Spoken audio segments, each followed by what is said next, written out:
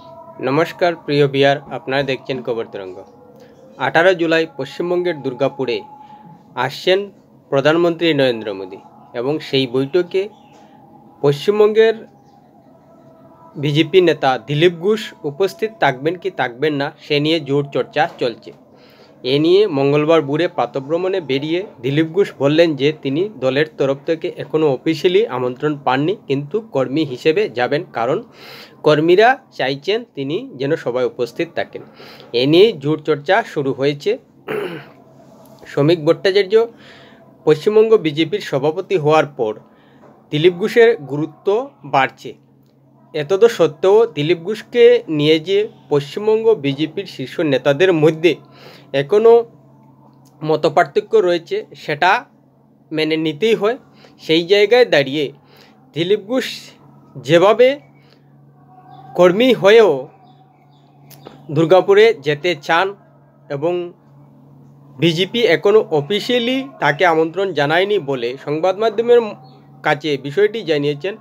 এতে পরিষ্কার হয়ে যাচ্ছে যে দিলীপ ঘোষ ইচ্ছে করেই এভাবে একটা বিতর্ক তৈরি করছেন, যাতে তিনি সংবাদ মাধ্যমের প্রচারে থাকেন বা হয়তো বিজেপির মধ্যে যে তাকে নিয়ে একটা নেতিবাচক ভাবনা রয়েছে এবং এতে যে ভোটারদের মধ্যে এবং পশ্চিমবঙ্গের মানুষের কাছে একটা ভুল বার্তা ছড়ায়, সেটাই যেন আসছে বলে মনে হচ্ছে। না হলে অফিসিয়ালি তার কাছে আমন্ত্রণপত্র পায়নি এটা নিয়ে সংবাদ মাধ্যমের কাছে জবাব দেওয়ার কোনো প্রয়োজন ছিল বলেই মনে হচ্ছে না। যেহেতু শ্রমিক ভট্টাচার্য তার সঙ্গে সাক্ষাৎ করেছেন এবং তিনি সদ্য দিল্লি গিয়ে এসেছেন, স্বাভাবিকভাবেই এতটুকু গুরুত্ব পাওয়ার পর রাজ্য সভাপতির কাছে অনেক কিছুই বা অনেক ব্যাপারেই মুখ না খুলেও থাকতে পারতেন দিলীপ ঘোষ, কিন্তু তবুও পশ্চিমবঙ্গ বিজেপিকে বিতর্কের মধ্যে রাখার জন্যই যেন দিলীপ ঘোষ মন্তব্য করেন, যার কারণেই দীর্ঘদিন থেকে পশ্চিমবঙ্গ বিজেপির শীর্ষ নেতৃত্বের চক্ষুশূল হয়ে গেছেন এবং তারা কেন চক্ষুশূল সে নিয়ে অবশ্য আলোচনায় আসি। প্রিয় বিহার, ভিডিওটি ভালো লাগলে সাবস্ক্রাইব করবেন, এতে আপনার ক্ষতি হবে না কিন্তু আমাদের উপকার করে দেবেন।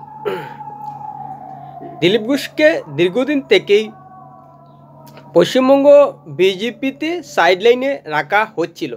কেন রাখা হচ্ছিল সঠিক তথ্য কিন্তু আসছিল না। এরপরও দিলীপ ঘোষকে নিয়ে বিতর্ক থামছিল না।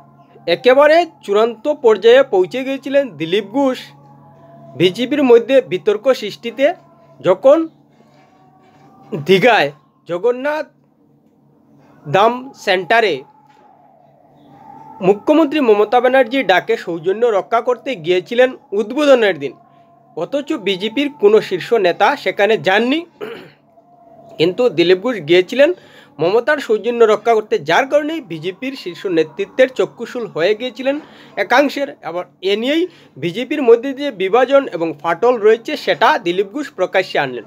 এখন প্রশ্ন হলো, দিলীপ ঘোষ এত বড় একজন নেতা হয়ে এসব জেনে বুঝে করছে না না জেনে বুঝে করছেন? প্রশ্নটা আসছে এই কারণেই যে এখানে 3টা পয়েন্ট উঠে আসছে। আর এত বড় নেতা হওয়ায় এটা না জেনে করছেন সেটা বিশ্বাসযোগ্য হয় না। প্রথম কারণ হলো যে বিজেপির কর্মীদের মধ্যে যে একটা বিভাজন সৃষ্টি হবে, দিলীপ ঘোষ বিজেপির শীর্ষ নেতাদের সঙ্গে মতপার্থক্য গেলে সেটা কি দিলীপ ঘোষ জানেন না? নিশ্চিতভাবেই জানেন। জানা সত্ত্বেও তিনি কি করে সৌজন্য রক্ষা করতে গিয়ে দীঘায় গেলেন?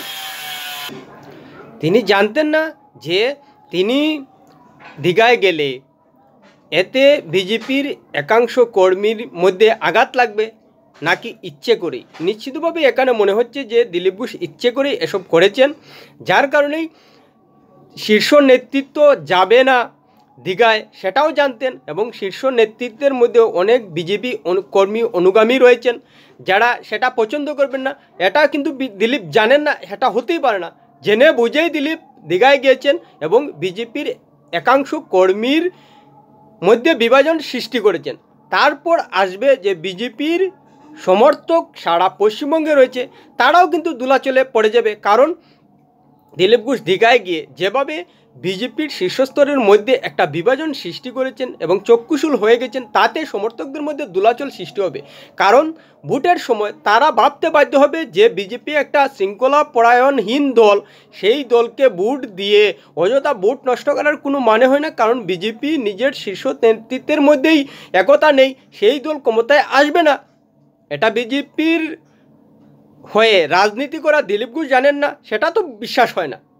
তাহলে জেনে বুঝেই কি দিলীপ এভাবে বিজেপির সমর্থকদের মধ্যে দোলাচল সৃষ্টি করছেন এবং বিজেপির প্রতি অনীহা সৃষ্টি করছেন? হতে পারে এটাও। আবার যেহেতু মমতা ব্যানার্জির সঙ্গে দিলীপ ঘোষের ভালো সম্পর্ক রয়েছে, যার কারণেই দিলীপ ঘোষের বিয়েতে শুভেচ্ছা বার্তা পাঠান, আবার দীঘায় জগন্নাথ ধাম সেন্টার উদ্বোধনে দিলীপ ঘোষকে আমন্ত্রণ পাঠান। স্বাভাবিকভাবেই ধরে নেওয়া যায় এক্ষেত্রে যে দিলীপ ঘোষের সঙ্গে মমতা ব্যানার্জির ভালো যোগাযোগ রয়েছে। তাহলে কি তৃণমূলকে সুবিধা পাইয়ে দিতেই এভাবে দিলীপ ঘোষ তৃণমূলের ডাকে সাড়া দিচ্ছেন?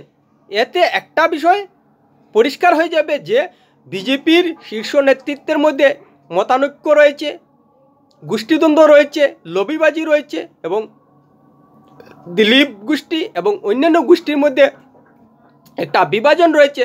এবং সেই বিভাজন নিয়ে বিজেপির দলের অন্তর্কুন্দল নিয়ে শাসক তৃণমূল কংগ্রেস জনতার দরবারে যাবে এবং শাসক তৃণমূল বিজেপির অন্তর্কুন্দল নিয়ে মানুষের দরবারে বিজেপির অবস্থান পরিষ্কার করবে। এটা কি দিলীপ ঘোষ প্রাক্তন রাজ্য সভাপতি হিসেবে জানেন না? সেটা হতেই পারে না। তাহলে আলটিমেটলি দাঁড়াচ্ছে যে যে তিনটা পয়েন্ট বললাম সেগুলো দিলীপ ঘোষ জেনে বুঝেই করছেন। দিলীপ ঘোষ যদি উল্টো সুরে কথাবার্তা বলেন বিজেপির শীর্ষ নেতৃত্বের বিরোধিতায় গিয়ে, তাতে যে দলের কর্মী সমর্থক এবং মানুষের মধ্যে একটা দোলাচল বিভাজন সৃষ্টি হবে সেটা নিশ্চিত, এবং সেটা দিলীপ ঘোষ জানেন না, হতেই পারে না। কেন এবার সেই উল্টো সুর গাইছেন যে কর্মী হয়ে যাবেন? আসলেই এই জন্যই বলছেন যে দিলীপ ঘোষ জানেন যে বিজেপির মধ্যে তার নিজস্ব একটা অনুগামী সংখ্যা রয়েছে এবং তিনি যদি দুর্গাপুরে যান তাহলে তার অনুগামীরা খুশি হবেন এবং অন্যান্য যেসব শীর্ষ নেতৃত্বের অনুগামী রয়েছেন এবং বিজেপি কর্মীরা রয়েছেন যারা দিলীপ ঘোষকে বর্তমানে সমর্থন করছেন না, তাদের মধ্যে একটা বিভাজন সৃষ্টি হবে। সেই জন্যই কি এভাবে অফিসিয়ালি আমন্ত্রণ পত্র পাননি এবং বিজেপির শীর্ষ নেতৃত্ব তাকে এখনও গ্রহণ করেনি, সেই বিভাজনটা সামনে এনেছেন। অন্ততপক্ষে তার কথাবার্তায় এটাই মনে হচ্ছে।